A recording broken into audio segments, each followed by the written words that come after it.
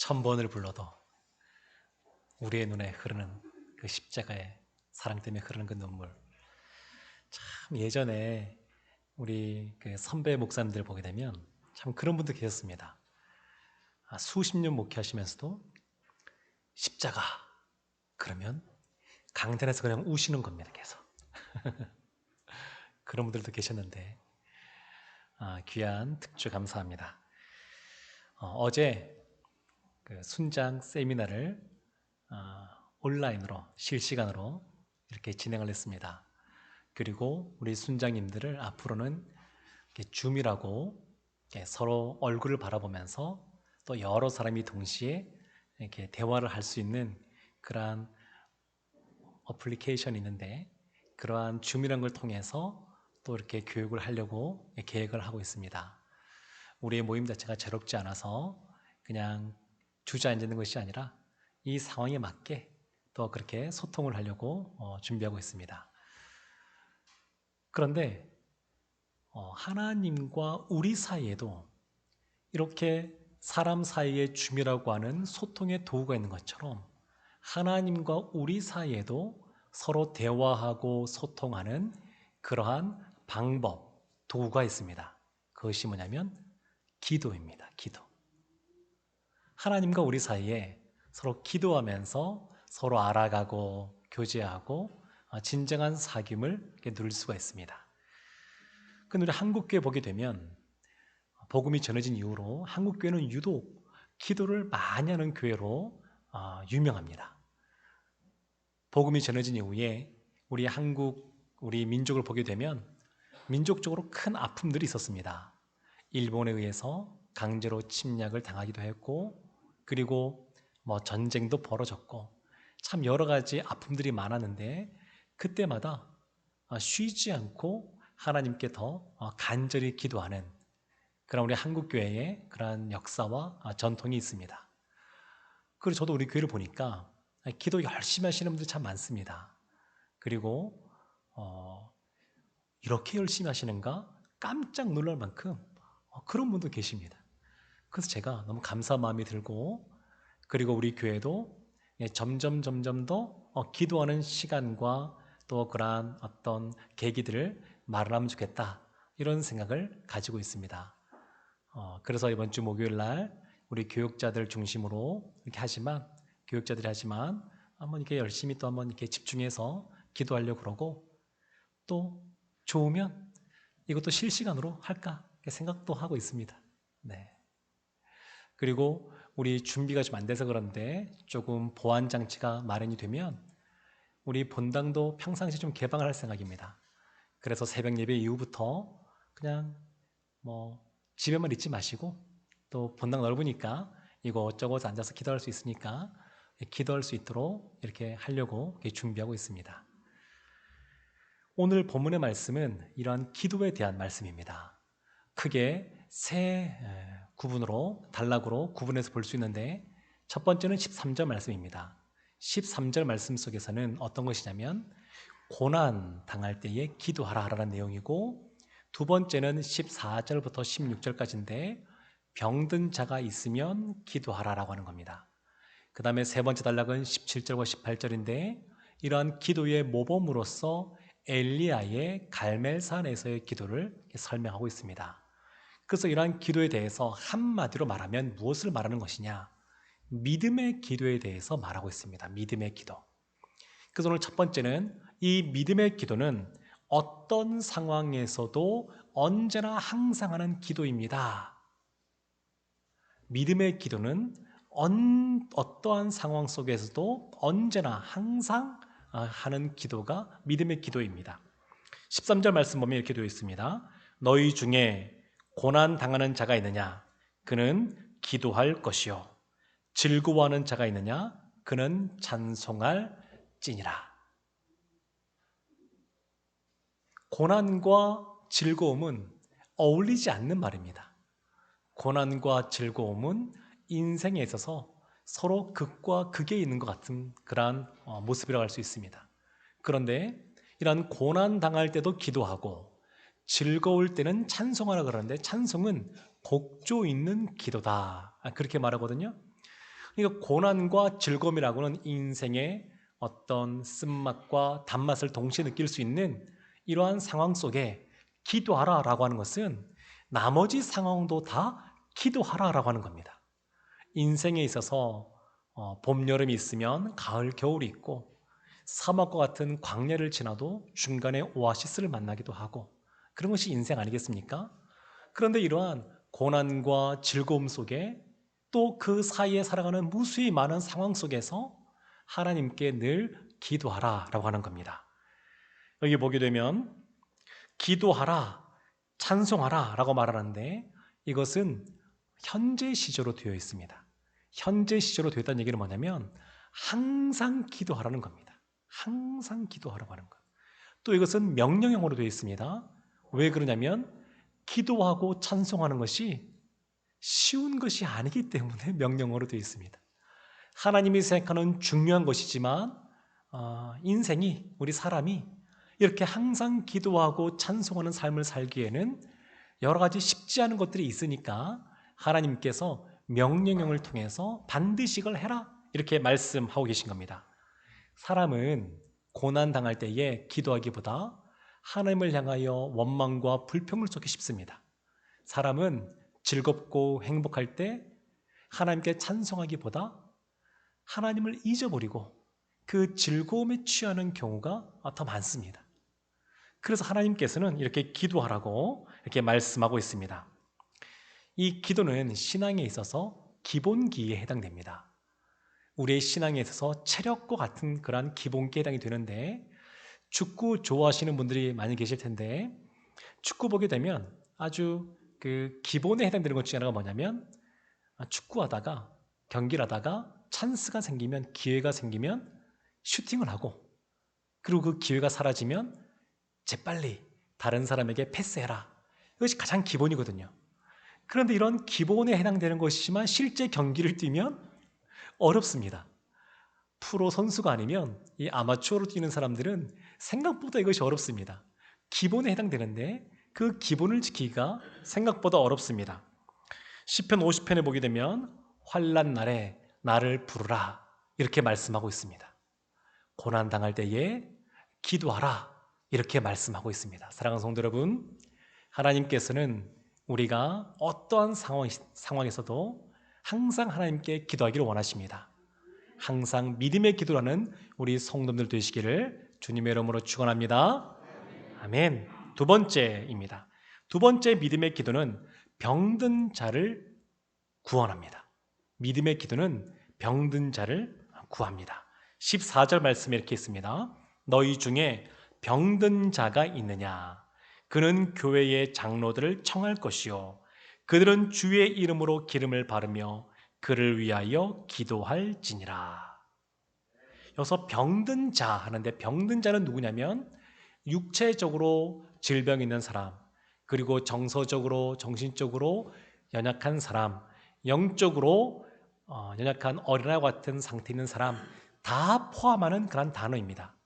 그런데 특별히 오늘 본문의 어떤 그 문맥상 보게 되면 그 중에서도 육체의 질병과 관련된 것을 많이 말하고 있습니다.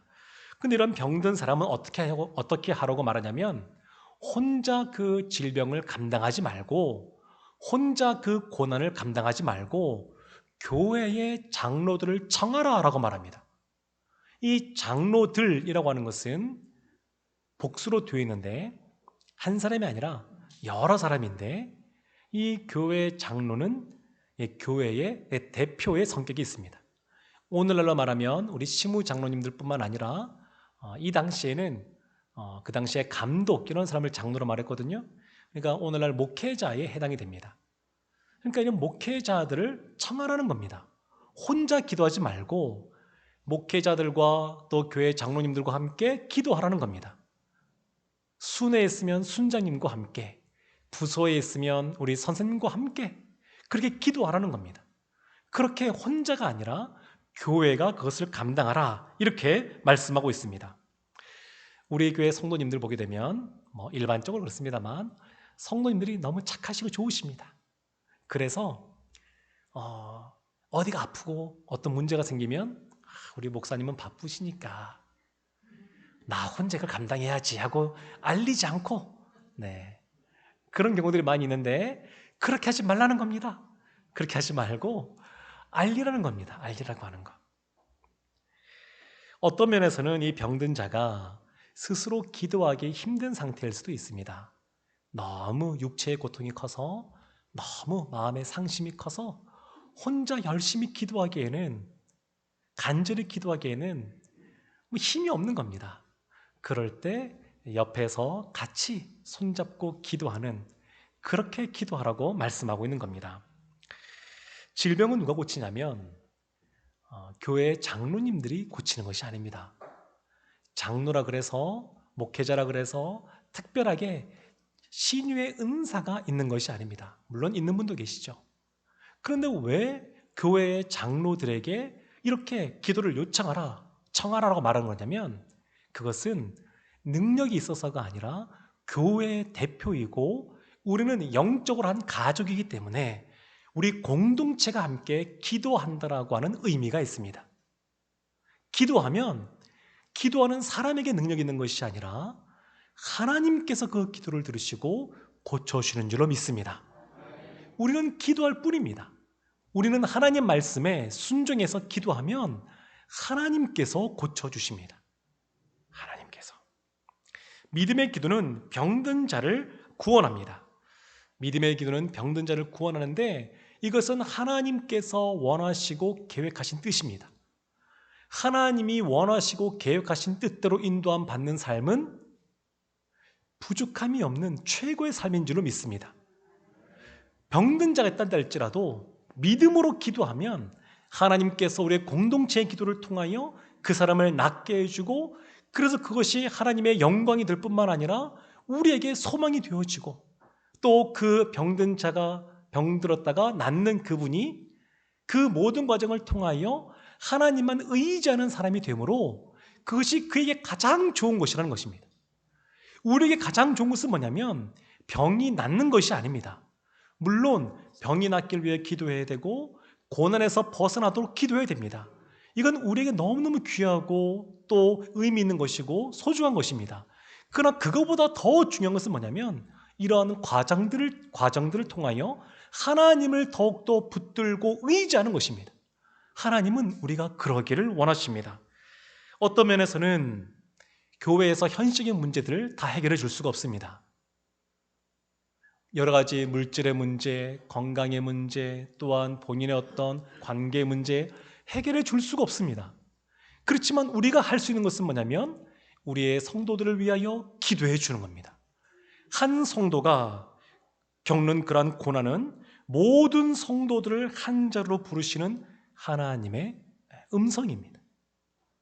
누군가 아프면 혼자의 문제가 아닙니다. 이건 우리 공동체의 문제이고 함께 기도하는 겁니다. 그래서 우리가 그렇게 기도하고 나아가면 문제를 해결하시는 하나님께서, 그 해결되신 하나님께서 문제를 풀어주시고 막힌 것을 뚫어주시고 아픈 사람을 낫게 하실 줄로 믿습니다. 즐거워하는 자들과 함께 즐거워하고 우는 자들과 함께 울라. 로마서의 사도 바울이 말씀하고 있는 건데요, 기도를 통해 그리스도의 몸이 하나가 되게 하시는 겁니다. 사랑하는 성도 여러분, 다만 우리가 하나 기억해야 될 것이 있습니다. 그것은 뭐냐면 병든 자를 위해 기도하는데 모든 병든 자가 낫는 것은 또한 아니라는 겁니다. 여기에서 약간 어려운 말일 수 있는데 이렇게 볼 수 있습니다. 기도를 할 때 적당히 기도하면 사단이 그것을 파고듭니다. 기도를 안 하는 것이 아니라 기도를 합니다. 기도를 하는데 적당히 기도하면 나중에 그 병이 낫지 않을 수 있습니다. 그러면 그런 생각이 드는 것이죠. 기도해도 안 낫는구나. 그래서 하나님으로부터 멀어지게 하고 넘어지게 합니다. 어떤 선교사님이 이런 말씀하셨습니다. 뭐라고 말씀하시냐면 우리의 문제는 기도를 하지 않는다는 것이 아니라 맨 마지막에 기도하는 것이 문제다. 이런 말을 했습니다. 아프면 기도하기보다 먼저 병원에 가고 약을 먹고 또 그렇게 하는 겁니다. 예전에는 이러한 의료시설이 많이 발달하지 않다 보니까 아프면 기도하는 분들이 그렇게 많았습니다. 기도원 같은 데 가면 병 고침 받기 위해서 간절하게 부르짖는 사람들이 그렇게 많았습니다. 근데 이제는 의학이 굉장히 발달하다 보니까, 의학도 하나님이 주신 일반 은총이긴 합니다만 발달하다 보니까 병원 가서 치료받고 약 먹고 하기 전에 기도하는 사람이 극히 좀 줄어드는 그런 경향인 것 같습니다. 이것은 순서가 바뀐 겁니다. 약을 먹어도 그 약이 100% 발휘되기 위해서는 하나님의 은혜가 필요하고, 뼈가 부러져서 기부스를 했는데 기부스를 했다고 해서 붓는 것이 아니라 하나님이 은혜를 베풀어 주셔야 붓는 줄로 믿습니다. 우리로 하여금 기도하라고 하시는 겁니다. 기도하라고. 기도하면 하나님께서 그런 은혜에 하나님께서 응답해 주실 줄로 믿습니다. 기도해도 병이 낫지 않는다라고 말하는 것은 불신앙입니다.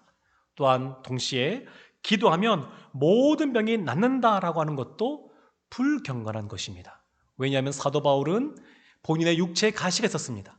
이 육체에 가시가 있었는데 그것이 낫기 위하여 하나님께 3번이나 간절하게 기도했습니다. 간절하게 기도했는데 낫지 않는 겁니다. 그리고 하나님께서 그 사도 바울에게 말씀하셨습니다. 내 은혜가 내게 족하다. 그냥 육체에 가시 갖고 있는 것, 질병을 몸에 갖고 있는 것이 족하다는 것입니다.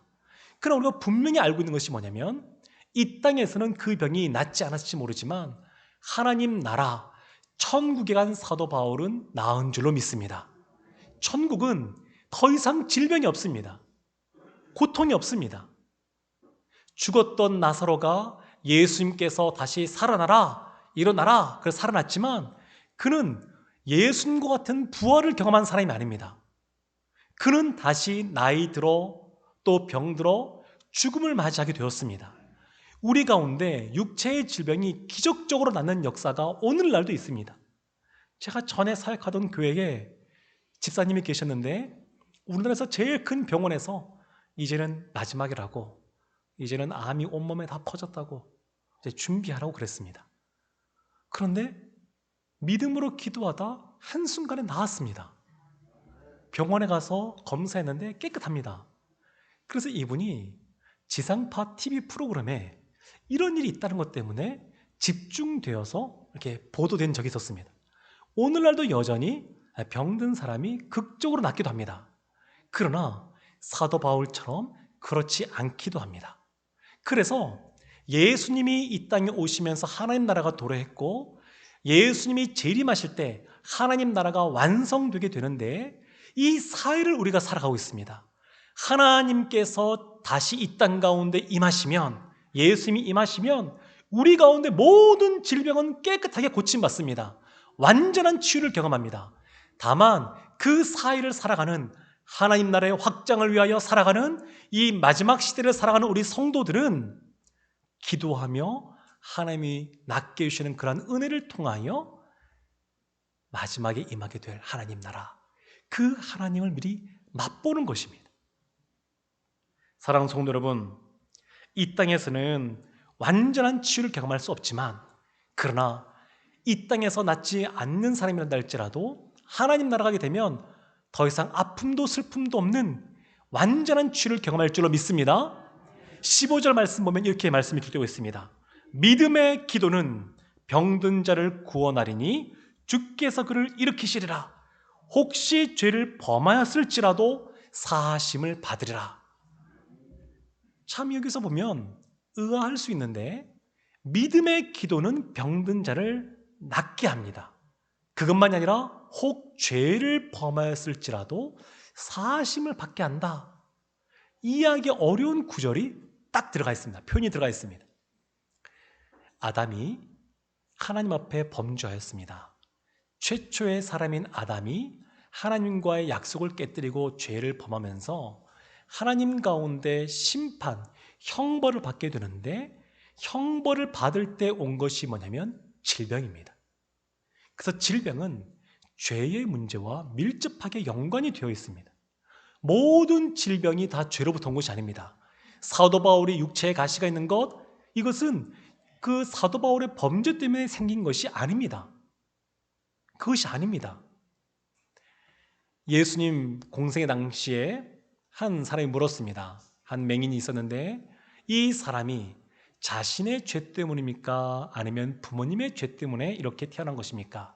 예수님께서 그렇지 않다.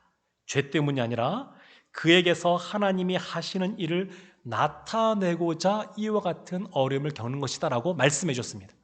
그래서 육체의 질병이 꼭 죄와 연관된 것은 아닙니다.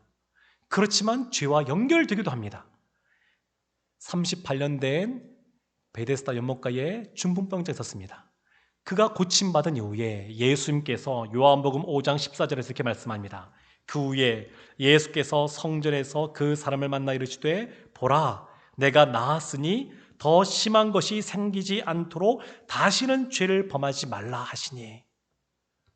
그러니까 늘 우리는 우리 가운데 고난이 있을 때에 질병이 있을 때에 하나님께 기도하는 것이 필요합니다. 기도하는 것이 중요합니다. 뒤에 보면 엘리야가 나옵니다. 엘리야 선지자가 활동할 당시에 그 땅 가운데 3년 6개월 동안 비가 오지 않고 가뭄이 있었습니다. 그리고 하나님께서 이 가뭄을 끝내실 때 어떻게 끝내시냐면 갈멜산에서 기도하게 하십니다. 엘리야 선지자가 2번 기도하거든요. 우리가 잘 아는 비가 오도록 기도하는 것과 또 한 번은 뭐냐면 그 앞에 제단 가운데 불이 내리도록 기도합니다. 그리고 이 불이 내릴 때에 850명의 바알 선지자, 아세라 선지자, 이방신을 섬기는 선자들과 대결을 펼치게 됩니다. 그리고 이 엘리야가 간절하게 기도했더니 하늘에서 불이 임하여서 재물뿐만 아니라 그 주변에 있는 물과 돌과 흙까지 다 태워버리십니다. 그리고 난 이후에 850명의 이방인 선자를 다 죽이십니다. 이것은 뭐냐면 이스라엘 가운데 가뭄이라고 하는 고난이 온 것은 그들의 죄 때문에 온 것입니다. 하나님께서 다시 비와 같은 그러한 은혜를 주시게 되는데 주시기 전에 그들 가운데 있는 죄악을 제거하신 겁니다. 그들의 죄를 없애버리신 겁니다. 그래서 그 이후에 비가 오는 것을 볼 수 있습니다. 16절에 보면 이렇게 말씀하고 있습니다. 그러므로 너희 죄를 서로 고백하며 병이 낫기를 위하여 서로 기도하라. 서로 고백하고 서로 기도하라. 그러니까 하나님은 우리가 홀로 신앙생활하게 두시지 않으셨습니다. 우리가 함께 신앙생활하도록 하나님께서는 우리 가운데 그렇게 행하고 계십니다. 코로나 때문에 어쩔 수 없는 상황 속에 의료계에 종사하시는 분들 또 기저질환이 있으신 분들 그런 분들은 이렇게 대면 예배가 허용이 되어도 같이 모여서 예배드리기가 참 쉽지가 않습니다. 그렇지만 이것은 지금 비상 상황이기 때문에 온라인으로 실시간으로 예배를 드리는 것이지 우리는 원래 함께 신앙생활하는 사람들입니다. 그래서 공동체 순회에 있는 분들 또 전도에 있는 분들 같이 또 봉사하는 부서에 있는 분들과 함께 서로 기도 제목도 나누고 또 같이 은혜도 나누고 하는 것이 필요합니다. 하나님은 우리가 홀로 있기를 원하지 않으십니다. 함께 기도하기를 원하십니다. 서로 죄를 고백하라라고 했는데 이것은 오해가 없어야 되는데 이런 겁니다. 하나님 앞에 본인이 은밀한 죄를 지었습니다. 예를 들면 예수님께서 간음하지 말라라고 하시면서 마음속으로 간음하여도 간음한 것이다, 음욕을 품어도 간음한 것이다 라고 했습니다. 그럼 이런 경우에는 하나님 앞에 은밀하게 범한 죄이기 때문에 하나님 앞에만 용서를 구하면 됩니다. 이런 경우에는 공동체에 이것을 얘기할 필요가 없습니다. 또 어떤 사람과 1대1로 관계 속에서 어려움이 생기고 죄를 지었습니다. 그러면 하나님께 죄를 용서 구하고 그 사람과의 막힌 것을 풀면 됩니다. 내가 잘못했다고, 미안하다고, 용서해달라고. 지금 여기에 나와서 서로 고백하라고 하는 것은 그것이 아니라 우리 공동체적으로 죄를 범했을 때 그럴 때는 공동체 앞에서 그것을 이야기하고 서로 이렇게 기도하라 라고 하는 것입니다. 그리고 병이 낫기를 위하여 서로 기도하라 라고 하면서 의인의 간구는 역사하는 힘이 크다고 말합니다. 의인의 간구가 곧 뭐냐면 믿음의 기도이고 믿음의 기도가 뭐냐면 고난 중에 기도하고 즐거워할 때 찬송하는 겁니다. 또 하나의 예가 있는데 그것이 3번째입니다. 믿음의 기도는 간절한 기도입니다. 믿음의 기도는 간절한 기도. 그래서 이런 의인의 기도, 믿음의 기도에 대해서 예를 들어 설명한 것이 엘리야의 갈멜산에서의 기도입니다. 17절 18절 말씀을 제가 한번 읽어보겠습니다. 엘리야는 우리와 성정이 같은 사람이로되 그가 비가 오지 않기를 간절히 기도한즉 3년 6개월 동안 땅에 비가 오지 아니하고 다시 기도하니 하늘이 비를 주고 땅이 열매를 맺었느니라. 아멘. 북이스라엘 그 땅에 엘리야 선지자가 사역할 때에 아합이라고 하는 아주 악한 왕이 있었습니다. 하나님께서 20년 동안 선지자들을 계속해서 보내서 말씀했음에도 불구하고 회개하지 않는, 돌이키지 않는 그러한 왕이었습니다. 그래서 하나님께서 또 한 번의 기회를 주셔서 3년 6개월 동안 비가 오지 않게 하시고 또 이제 3년 6개월이 지나서 비가 오게 하시는데 그때 그냥 비가 내린 것이 아니라 엘리야가 기도하여 비가 내리게 하십니다. 850명의 그러한 이방인 선지자들과 함께 대결이 끝난 이후에 이 엘리야 선지자가 아합 왕에게 말합니다. 아직 하늘은 파랗고 구름 한 점 없는데 이제 큰 비가 내리니까 높은 곳에 올라가소서 이렇게 말을 합니다. 왜 이렇게 말했냐면 하나님이 이미 엘리야에게 큰 비를 주시겠다고 말씀하시기 때문에 그렇습니다. 엘리야는 하나님의 말씀을 들었습니다. 지금까지 하나님은 시건치 않으시는 분이기 때문에 하신 말씀은 반드시 이루셨습니다. 엘리야 선지자는 그걸 누구보다 많이 경험했고 확신하고 있었습니다.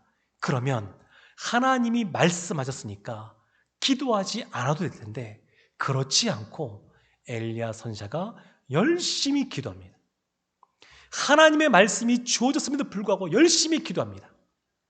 여기 옆에 보게 되면 현수막이 걸려있지 않습니까?